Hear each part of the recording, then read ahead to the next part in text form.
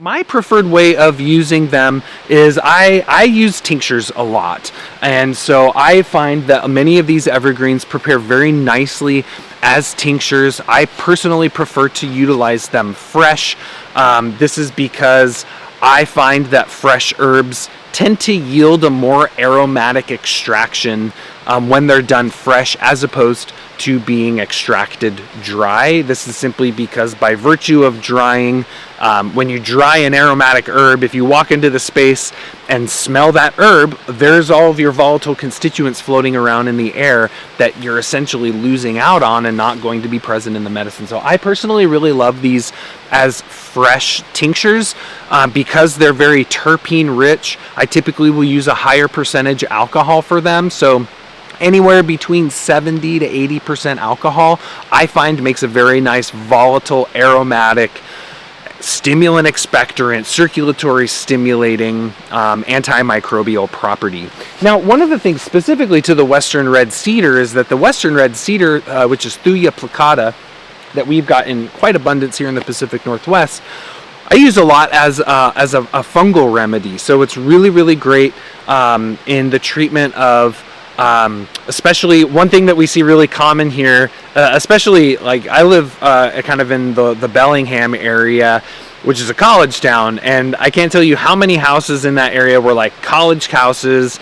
They can't afford to keep the heat on very much, so the houses are really cold. It's really damp here, and black mold's a huge issue. So a lot of people end up with living in moldy houses with black mold. They get these really nasty respiratory tract infections and coughs that really don't go away very easily and don't respond that great to a lot of typical kind of respiratory tract remedies that we usually tend to think of using. And I have found the Western Red Cedar is like the best, hands down. I'm always a big proponent of local herbs for local people. I think we are all exposed to similar environmental conditions. Obviously, we live in the same ecosystem.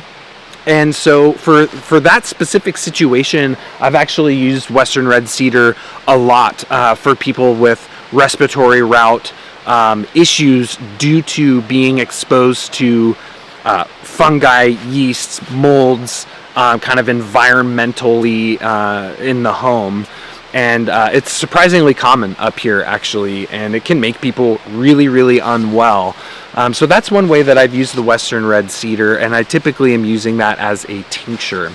Another great way to use these herbs, because they're volatile oil rich, is diffusing them. And of course, you know, in our modern kind of essential oil crazed, I guess, world, a lot of people use these as straight essential oils, which is nice. You know, I think these are good remedies to use as volatile oils. I'm not typically a huge proponent of using straight essential oils, but these ones, because they're so renewable, they're so abundant, I think these are remedies that actually do work well as essential oils. So whether that's placing them in an essential oil diffuser to diffuse those oils throughout the home, or there's, you know, the more, I guess, personalized diffusion, which is great for the treatment of respiratory tract conditions, which is the old tent trick. You know, you get a pot of water, you get yourself a blanket, you know, and or a towel, and you drape that over, and you just breathe the steam in, and you could put some of the volatile oil in there and inhale that steam.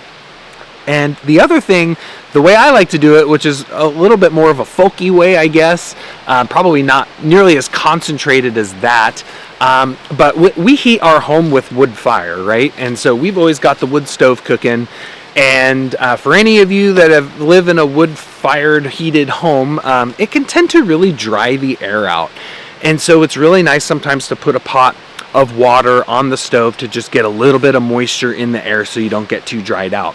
Well, what we like to do is we like to put evergreen branches in there. So we'll put cedar and fir and spruce and hemlock and just put those evergreens in our pot of boiling water on the stove, and it makes the house smell really nice and pleasant and inviting, but it also does provide a degree of that antiseptic effect. Of course, it's not going to be nearly as probably potent or strong as diffusing straight essential oil. So I like that just as like a general kind of keep the air clean and fresh. But if someone's really like in an acute situation, typically I think doing the tent trick as a steam is a really nice way to apply these volatile oils. And then of course we get into the topicals. So using the essential oils are great additions for your kind of joint pain based salves, anti-inflammatory salves, any type of topical preparation that you're wanting to use to provide some pain relief. Man, using these essential oils is a great way to administer them. They're very, very effective through that rubefacient counter-irritant property, providing some analgesic pain relieving effect, and of course a nice added benefit of it makes your salve smell really, really nice.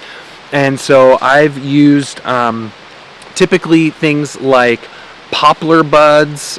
We've got a lot of poplar trees, or the balm of Gilead, those resinous buds that you can pick. Also a nice winter harvest plant or tree here in the Northwest. That's typically like January, February. It kind of depends on the weather and the temperature when those buds are good to harvest. But that makes a very nice infused oil that is a base for a salve. It's rich in salicylates and anti-inflammatory compounds for joint pain. Combining that with things like fir oil, spruce oil, cedar, all those evergreen essential oils, it makes for a really nice kind of, for us here in the Northwest, a nice locally sourced topical salve. And of course there's stronger remedies that you can put in there that can be a little bit dangerous. I know some herbalists here that use like the hellebore or false hellebore in very small amounts. They're very, very careful about it for arthritic pain. So I'm not recommending that. That hellebore is a very dangerous herb. You got to really know how to use that one. But that's another local plant here in the Northwest people use for a topical for the treatment of a lot of joint pain and arthritic conditions.